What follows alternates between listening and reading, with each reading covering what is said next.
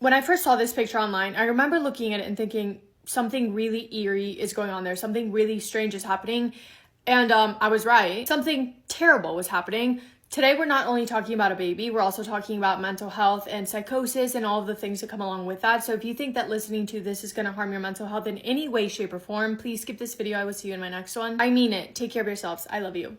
In 2008, Romekia Sims and James Lee met at a basketball game in Clinton in Maryland. James was working as a security guard and Romekia was there, I believe, just attending the game. But the entire night was spent with them giving each other specific looks. Sooner than later, they struck up a conversation and the rest is history. Throughout the following week, they began talking more and more. They started dating and they started talking about the future that they could have together. It was all new and fresh. It was something really exciting. And by 2010, Romekia found out that she was pregnant. The two of them were very excited. Although their living situations were not ideal for starting a family, Romekia was still living at home and James had a roommate because their finances were not quite where they needed them to be in order to move out. But that aside, they were really looking forward to starting a new life together and creating a little family of their own. And then in August of 2011, they welcomed a baby boy into the world that they named Jair Donnell Lee. And from the moment that baby entered the world, he was surrounded by nothing but love, mainly from his parents. They were overjoyed now being a family of three. They ended up moving into their own 2-bedroom apartment eventually, and that was great. And every other family member was also over the moon now having a new baby in the family. All the aunts and uncles and the cousins and everyone spent as much time as they could with this baby because he was just a bundle of joy. However, the little happy bubble that they were in would not last forever because in 2013, cracks started to show in Romekia and James's relationship. They started bickering more than usual about things that may sound silly but very normal things like chores and responsibility and bills and all that kind of stuff. And by 2014, they made the difficult decision to separate. James moved out. Romekia and her baby stayed living in that 2-bedroom apartment. And following the breakup, James knew that no matter the situation, he was always going to make sure to show up for his son. He continued to stay in regular contact with them, but he also was helping out financially. He was showing up in every single way that he could. However, for Romekia, the same couldn't be said. She found herself struggling a lot. She wasn't only stressed out, but she was also extremely overwhelmed because she had a job. She was also attending school, all while trying to keep a social life with her friends and her family and raising a toddler. It was a lot, and it took a really big mental toll on her, and unfortunately, those struggles would lead to the unthinkable. By 2014, Romekia had lost her job, which only added on to the stress she was already feeling, and her loved ones started to notice a pretty big shift in her behavior. We later find out that this is also around the time when she said that she started hearing voices in her head. Romekia began feeling paranoid every single day at every hour of the day. She started to feel like someone was following her and out to get her, which only made her paranoia grow, and sooner than later, she also began having hallucinations. She would hear the doorbell ring when it wasn't ringing. She began seeing people standing outside of her apartment that were not really there, and she began to believe that people were stalking her and Jair at night. One day in 2015, she called her mother in a panic, screaming into the phone that there were people trying to break into her house, trying to get to her and Jair, and her mother rushed over to the apartment, only to find that Romekia and Jair were safe inside and no one else was there. And after receiving CCTV footage from the apartment building, it was confirmed that no one had been there. No one had been there around her apartment. No one tried to break in. It was all part of Romekia's hallucinations. And throughout the following weeks, her hallucinations and delusions only started to get worse. Until Romekia was someone that her friends and family didn't even recognize anymore. She was scared all the time. She was always on edge. She never wanted to leave her apartment. She never wanted to leave her son. It was a very difficult time for everyone involved. And also in 2015, Romekia made a very similar call to James, panicking on the phone, telling him that people were trying to break down the door, that people were trying to come into the apartment to take Jair. The phone call was so frantic that it made James's stomach sink. He was at work at the time, so he couldn't leave, but he immediately called Romekia's mom and asked her to rush over there, and she did. But as soon as she got there, it was the same thing. There were absolutely zero signs that someone had attempted to break in, and Romekia was inside, frightened, holding on to her baby in her arms, refusing to say anything. It was clear that she was in some form of distress. She was having a hard time even forming a sentence, and when her mom first arrived, she didn't even recognize her at first. It took her a while to realize that the lady that was standing in front of her was her own mom. That same day, Romekia's mom, Tasha, helped her into the car and she drove her to the hospital for a psychiatric evaluation. She was extremely worried about her daughter, and she knew that whatever was going on would require medical attention. After a series of tests and observations, Romekia Sims was diagnosed with paranoid schizophrenia and severe depression, and she was given medication for it. Medication that she very much needed, and even though it was really hard, her mom and James were glad that they were now aware of what was going on and they could help treat it. And they were very hopeful that the medication would help stabilize all of the voices in her head. Tasha, Romakia's mom, offered for her and Gier to come and stay with her, understanding that that was probably what was going to be best for everyone. Not only so Tasha could help out in taking care of Gier, but also so she could be there to make sure that Romakia was taking her medication every single day like she was supposed to. However, at the time, Tasha was living in a motel room, and having 2 adults and a baby in one single room wasn't really the ideal situation either. So there were frequent arguments between Romakia and her mom. Romakia also decided that she didn't like to take her medication on a regular basis because she felt as if it wasn't doing anything. So she would stop taking it, and her mom tried to do everything in her power to try and get her to take them again, but it was just growing tension between the two of them, and their arguments would often escalate until they got physical. In March of 2015, one of their arguments got so bad that Romakia stormed out of the motel room, taking Gier with her. She also told her mom that she was going to be taking a taxi to go and see James, and her mom Tasha then called James to let him know about this, and James stayed up. He waited and waited for Romakia and his son to show up, but they never did. And understanding how dangerous the situation could be, James got in his car and he started driving around to see if he could find them anywhere. And he did. Romakia, in the middle of an episode, was walking down the highway barefoot in the dark in the freezing cold, holding Gier in her arms. She told James that she had gotten a taxi, but that once she was sitting inside of it, she felt like people were watching her, and she once again felt like everyone was out to get her and Gier. And in a panic, she opened up the taxi door while the car was still moving, and she jumped out with Gier in her arms to walk the rest of the way, even though you could tell she wasn't even really sure where she was going. As soon as James found them, he took them to the hospital, and there it was confirmed that Romakia had not been taking her medication. They were both treated, both released, but that incident only left James and Romakia's mom even more concerned. They had been worried for some time already, but now they feared that Romakia would be capable of putting not only herself but also Gier in really dangerous situations if she did not take her medicine, and they also knew that getting her to take it was difficult in itself. So that same month, James filed for full custody of Gier, stating that Romakia was not in the right state of mind to be able to take care of herself, let alone their toddler. Yet for some reason, the courts decided that she was fit to take care of both herself and her 3-year-old son. So they kept joint custody, and Gier was to spend 1 week with his mom and 1 week with his dad, but only days after that hearing in court, little Gier would pass away. By May 18th of 2015, Romakia had stopped taking her medication completely, and she was so lost in her own head that her family members did not recognize who she was at all. They tried to help, especially James and her mom, but you can only do so much to try and force an adult to try and get them to do what you want them to do. But Romakia was experiencing extreme hallucinations and delusions, and she thought that her and Gier were endangered 24/7, that people were out to get them. The following week, Gier was supposed to spend the week at his father's house, but he would never get to, because on May 20th, Romakia disappeared, and she took Gier with her. She took her son to the Willis Memorial Park. She walked over to the swing set. She put him on a swing, and she began pushing him on the swing for hours and hours and hours. That entire day, she never stopped pushing. Even once it started to get dark, the temperature started to drop, and eventually it also started to rain, but Romakia continued swinging the swing. The entire day, throughout the night, into the next morning, and into the next day, she never stopped. She kept pushing the swing, and people saw her, but nobody did anything. Nobody wanted to intervene. She kept going, and she later stated that the voices in her head were yelling at her to just keep pushing, and that's exactly what she did. By the next morning, 3-year-old Gier was unresponsive, and by the second night, he was gone. Romakia did not change her movements once. She didn't stop. She did not move. She did not react, didn't do anything, even after her son was no longer alive. 2 days later, on May 22nd at 7 a.m., finally, someone called the cops to report that Romakia had been standing there in the exact same spot, pushing her son on the swing set for hours, for days. And as soon as the officers got to the park, they knew immediately that Gier had been gone for hours. He was pronounced deceased at the scene. A medical examiner later ruled that he passed away due to dehydration and low body temperature, and his cause of death was ruled a homicide due to neglect. Even when authorities got there and stopped her, Romakia remained completely numb. She had no reaction to anything. She was completely out of it, unresponsive and unaware of anything happening around her. When James was told that his son was gone, he felt heartbroken. He felt like he had failed his son. He felt devastated that only days before he had tried to argue in court that Romakia was not stable enough to take care of him, and yet the court did not listen to him. All of her other family members were also shocked and sad and mad, and they couldn't make sense of it. Her mom also was drowning in guilt, thinking that she should have done more to help her daughter. Romakia was taken to the hospital, where it was ruled that she was in a complete state of psychosis. Meanwhile, authorities were working on this case, deciding whether or not they were going to be able to find Romakia responsible for this or not because of her mental state. And in July of 2015, Romakia Sims was charged with